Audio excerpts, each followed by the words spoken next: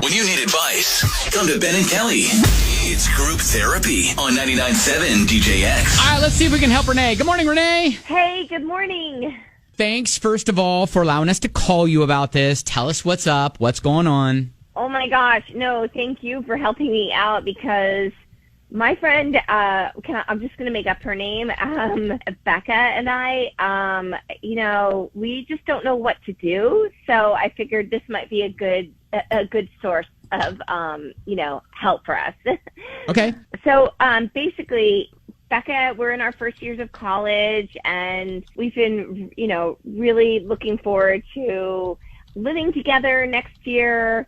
But Becca and I have noticed that another friend, we'll call her Ashley. Okay. She has developed a bit of a lying problem. Okay. Like lying about what? Like big things, small things? I mean, at first it started with just a little embellishment here and a little embellishment there. Weird stuff that we wouldn't care about. Like her dad is a dentist, but she tells everybody he's like a real doctor. Oh, okay. And we're like, okay, whatever. Or, I could make up I could tell you 10,000 things right now. we don't have time for that necessarily, but Okay. But then her stories have snowballed into her flat out lying. And just about everything. She said she went to the Taylor Swift concert in Japan. In Japan? We didn't. Yeah, Oh, she said wow. she did. And she posted pictures on her social media. Oh, wow. We were like, no, because we had a big study weekend that weekend. I don't, And she was like, Did you call her out on that? That seems like an easy way to just open the door to say, hey, why did you post pictures when you know you didn't go? sorry, guys, can't come to the study sesh. I'm in Japan seeing Taylor Swift. Right. Wow. And we kind of made, I kind of said something, but in a fun way. We're like, what are you doing? You're not in Japan. Right. And she's like, oh, whatever. Nobody cares. So, yeah, so she is kind of a chronic fibber. She tells, for some reason, she feels Well, it the sounds like need she's trying to make her life sound more fabulous than she thinks it is. Interesting. Right. Yeah. Okay. Yes, and then no. And then she makes up medical issues. Okay. So, this could be simply an annoying trait, but Becca and I were currently planning on sharing our apartment next year with Ashley. Uh-huh. And, which would include the cost of cleaning supplies and, food, etc. So Becca and I would really like to talk to her. I guess we should before, our housing is finalized. A few people have said if Becca and I talk to Ashley together, it's going to seem as though we're ganging up on her. Yeah. And so we want to do it tactfully and productively without Ashley feeling attacked and losing her friendship and our third person. What do we do? How do we approach this? Well, first of all, I feel like you're being very mature in how you're approaching this and everything. You are, and yeah. you don't want to lose her as a friend, and you want her to be a part of your new living arrangement in your apartment and everything, but you want to also kind of lay down the expectations of, hey, there's real things called money and bills that we need to make sure that we figure out before we enter into this agreement. So. But also, I think it's a good thing to try to point out to her that that's not she needs to break this habit, because just lying about everything throughout your life is not going to bode well in the professional world and in relationships and all the things. Well, it's gross, first off. And yeah. What's funny is I'm not a super mature person. And I get that. But this is even a little crazy for me. And that's the thing. I was like, is this just somebody who's like, oh, she exaggerates, or do we have a pathological liar on our hands? Right. Yeah. Okay. And ew, gross, right? Yeah. Well, I like what Kelly said, and maybe even just using, some of the examples that she said. I get someone who is that deep in their own lies it's going to be hard to call her on them and say, hey, look, we understand you were not in Japan. We get it. she may double down and say, well, yeah, I am. Because, you know what I mean? Having that conversation with her is an important first step. But and how do you start it? Yeah. So that's what we're looking for. If anybody's got some suggestions with dealing with like pathological liars, like what Renee is dealing with right now, then let us know what your story is and how you dealt with them, because I feel like that would probably help you, Renee. Yeah.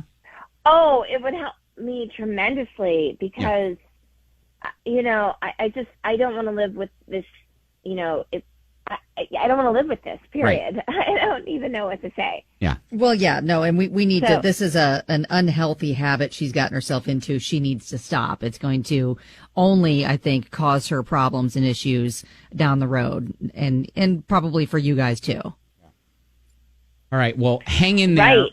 Hang in there, Renee. I know roommates can be a very fun, but also a very challenging thing as you're going through your living situation. But we'll try to help you out. Okay.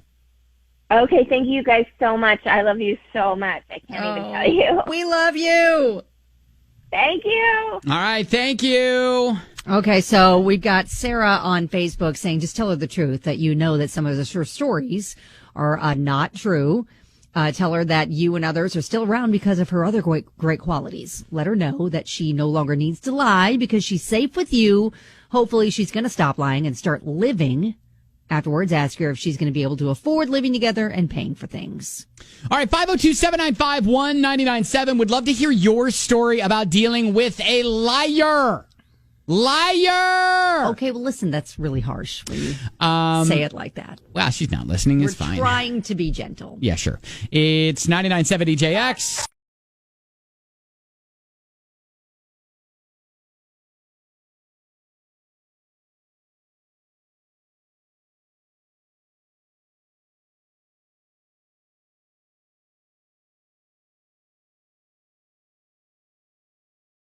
So we just spoke with Renee, not a real name, about a potential roommate who just kind of lies about everything. Big things, small things, things that are that really she shouldn't need to lie about.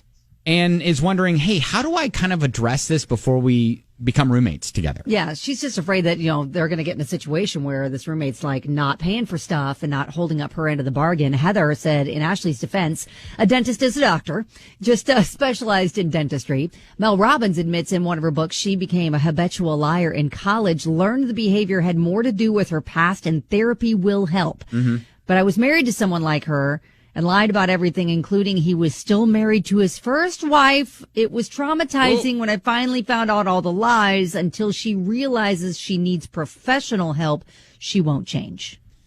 Yeah, I was sitting there listening to Renee say that, and I'm like, my dad's a dentist. He is a DDS, which is a doctor of dental surgery. Yes. Yeah, that's what it's called. So anyways, all right. Hey, Tamara, have you experienced something like this? Oh, my God, yes. Back when I was about this girl's age, there was a guy in our friend group who did the same thing.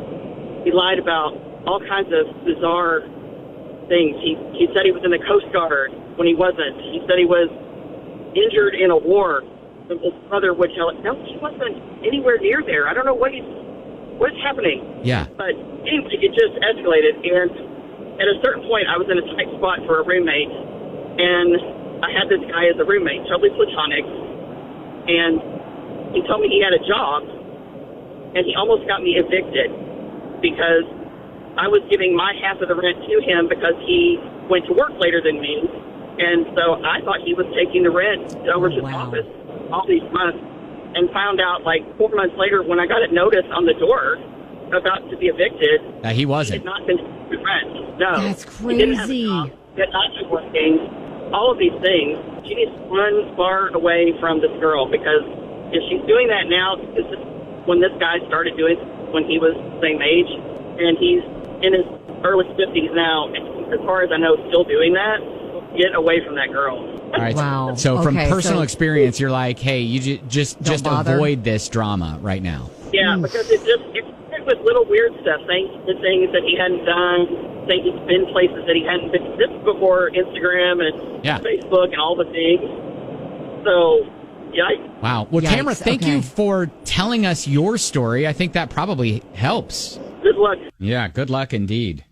Yeah, Liz says, OMG, I work with someone who lies about everything. Husbands owning houses, even her title to strangers at work. I make sly comments daily, call her out. She stares, giggles, and tells another lie. It's almost entertainment now. Even her boyfriend's daughter's asking questions to coworkers she knows because she doesn't believe her. Oh, the tangled webs we weave. Liar! Liar! Liar! Okay. Again, I don't think we come at her with that, but I do think that You could just play the movie Princess Bride, and when it gets to that part, just turn it up really loud. wow.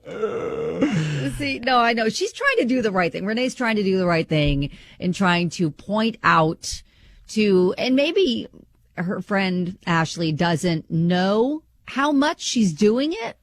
Yeah, maybe. Professional help is the key. I mean, they're in college. That's probably, maybe there is some counseling programs available to them through the university that they could, that she could recommend or things like that. But, if they're choosing their living situations here in the next, few weeks, that may be a pretty quick turnaround to try to get that sort of help. Justin says, hey, treat it like an interrogation. So when she tells the story, just ask her to repeat details back to you, ask And probing catch questions. her in her lies. Yeah, that sort of thing. Yeah, I mean, I think you've got to address it. And I know it can be uncomfortable, but guess what? Life, sometimes you got to deal with uncomfortable situations.